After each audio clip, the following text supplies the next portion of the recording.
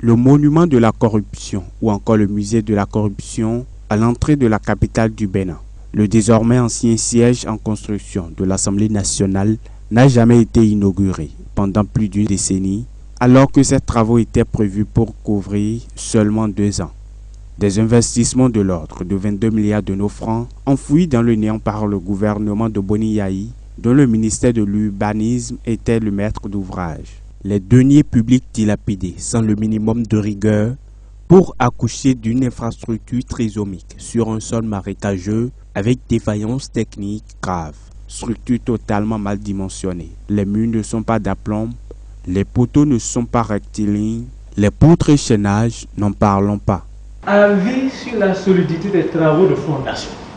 Dans ce cas-là, on dit qu'il faut un renforcement partiel du radier de 35 cm de la fondation du bloc administratif. Vous imaginez ce que représente 35 cm dans le renforcement d'un radier? Mais c'est pas possible ça. Ça veut dire que la situation était extrêmement grave. On veut nous faire avaler des couleuvres. Le gouvernement passe son temps à dorer la pilule. Mais ce bâtiment, ça fait la honte de notre pays. Le bureau d'études qui a examiné de fond en comble ce bâtiment inachevé a déclaré l'infrastructure non viable, non stable, non solide et nécessitant encore près de 23 milliards à mobiliser pour la rendre exploitable.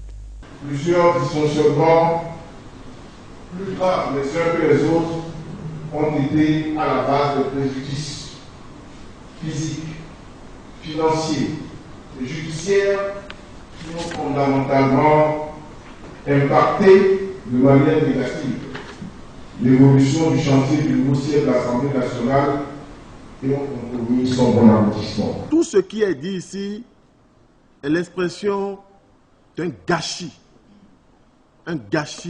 lié à une gouvernance bâclée, une gouvernance approximative. Il y a eu collision d'intérêts privés au détriment des intérêts de la nation.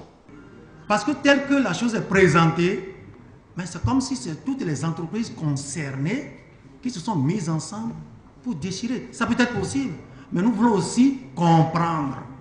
C'est le gouvernement Talon qui a mis fin au traumatisme subi par les populations à la vue de ce symbole de la mafia d'État sous Yayi en démolissant le bâtiment.